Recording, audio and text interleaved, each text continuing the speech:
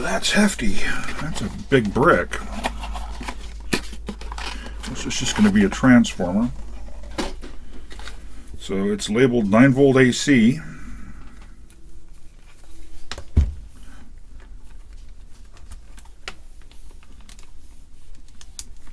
So we are going to test the transformer. I see no reason I shouldn't power this up without the floppy drive on it. Electronics, a little microprocessor might be unhappy. Such is life. But I should be able to test power supply rails. I can plug this in and it doesn't go boom. And it didn't go boom. Let's see, volts DC, volts AC.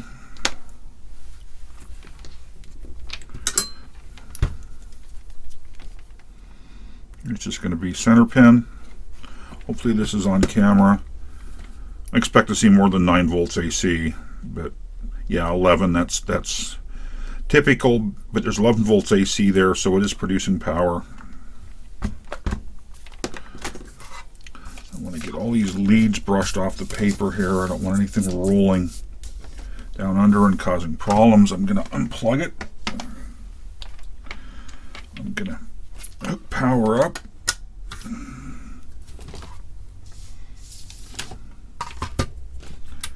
I don't know which way is on that switch.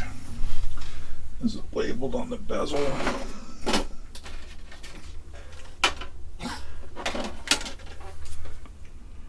So off, so that should be off there. Plug in the power again. Maybe. What? A little bit bent. There it is. So we hit the power LED, it did light up. Let's get back to DC volts here. So mode back to straight DC volts. So I want to go ahead and check the regulated voltages on the board. I've got a kind of a diagram here of where I can test voltages at. It's going to be kind of a matter of figuring out where to pick various voltages up. I think this shield might be ground, or it might not. They indicate on the diode there. I can get it to ground. See if I can find a clip lead here that I might be able to clip on there. So let me take the ground from the voltmeter. I am on DC volts on the meter. I'm actually going to make sure the power's off. See if I can get that in there and connected. It's kind of a tight, weird spot.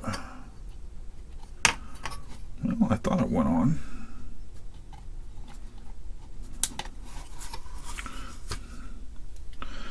And we show +5. Looks like it should be right there.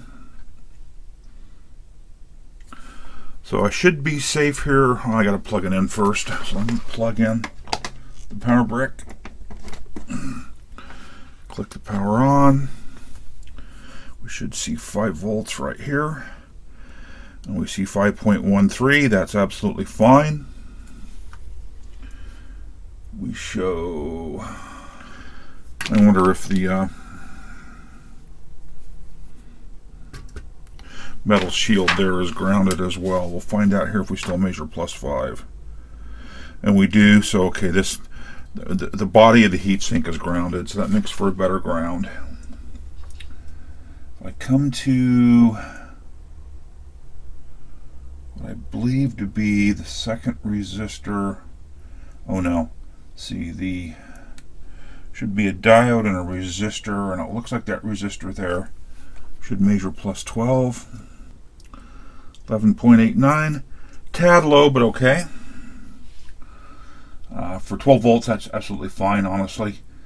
We've got 6 volts, supposedly right here. 6.3. Maybe a little bit high, but there is a power rail there. We should have 11 volts on the power pin right here, this pin. And I don't see 11 volts there. 11. Oh, okay, I measured at the wrong place. 11, there's a large 11 should actually be right here on this large power resistor. So we're a little bit high in some places. I wonder if the pots are for adjusting voltages. Let me reach around here, pull out the photo fact, and see if we can figure out if there are places to adjust the voltages.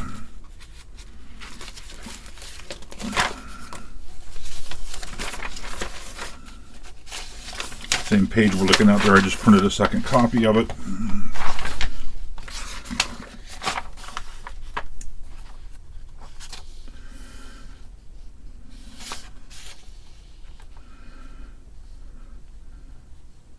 So this is just all.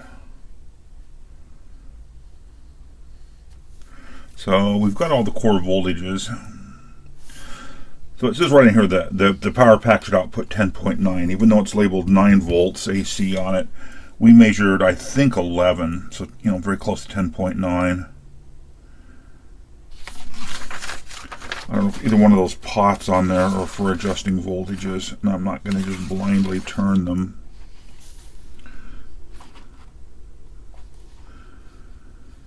So there's 3 variable resistors, and they have to do with right precompensation, read pulse width, and speed adjust. So I'm going to say no, those are not for setting any kind of voltages in the unit. So I think that really answers the question right there about both the potentiometers I can see are not voltage adjustments.